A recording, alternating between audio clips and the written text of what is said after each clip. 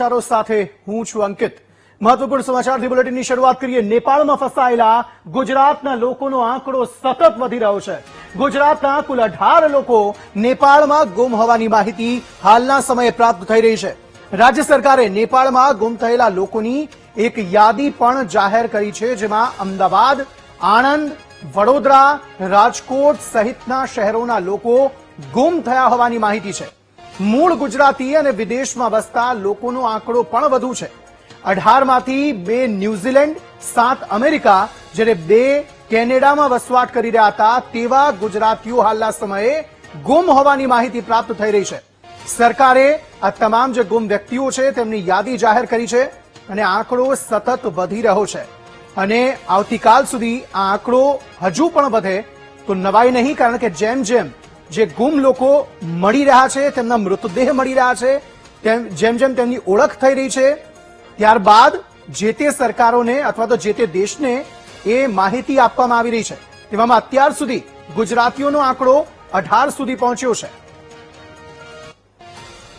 સંવાદદાતા પાર્થ આ અંગે વધુ માહિતી સાથે જોડાઈ ગયા છે। પાર્થ, ગુજરાતીઓ જે નેપાળમાં ગુમ થયા હતા તેમનો આંકડો સતત વધી રહ્યો છે। હવે 18 આંકડો થઈ ગયો છે, જેમાં વિદેશમાં વસતા ગુજરાતીઓનો પણ સમાવેશ થાય છે।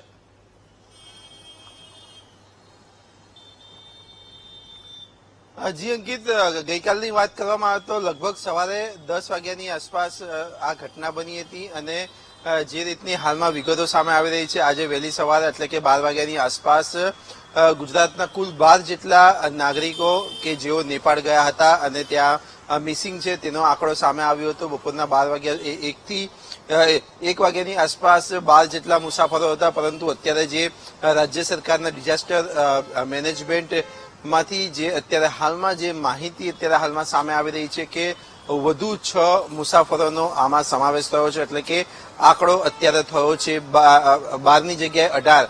આમ આંકડો અત્યારે સતત વધી રહ્યો છે। જેમ જેમ કલાક આગળ વધી રહ્યા છે તેમ તેમ આંકડો વધી રહ્યો છે। સાથે જ વાત કરવામાં આવે તો વીટીવી દ્વારા અનેક પરિવારોનો સંપર્ક કરવાનો પ્રયત્ન કર્યો હતો। પરિવારના લોકોએ વીટીવી સાથે વાતચીત પણ કરી હતી।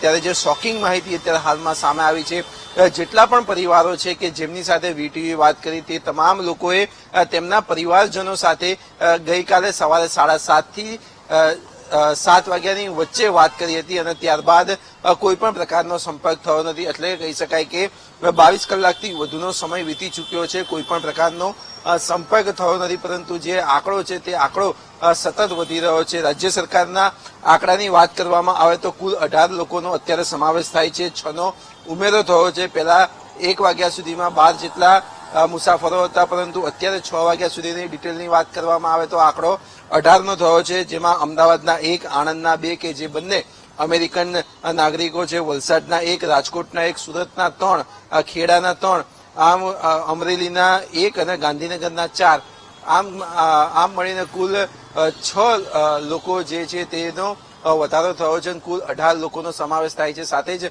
વાત કરવામાં આવે તો અમરેલી, રાજકોટ, સુરત અને ગાંધીનગરમાં જે પણ અત્યારે પરિવારજનો સામે આવ્યા છે તેની વધુ એક વિગત પણ એવી સામે આવી છે કે આ જે નાગરિકો છે તે ઓસ્ટ્રેલિયા, કેનેડા અને ન્યુઝીલેન્ડમાં વસવાટ કરી રહ્યા હતા, પરંતુ મૂળ તેઓ ગુજરાતી છે અને અહીંયા ગુજરાત આવ્યા હતા અને ત્યારબાદ તેઓ કૈલાસ માનસરોવરની યાત્રાએ ગયા હતા। જી પાર્થ, આભાર સમગ્ર માહિતી આપવા માટે।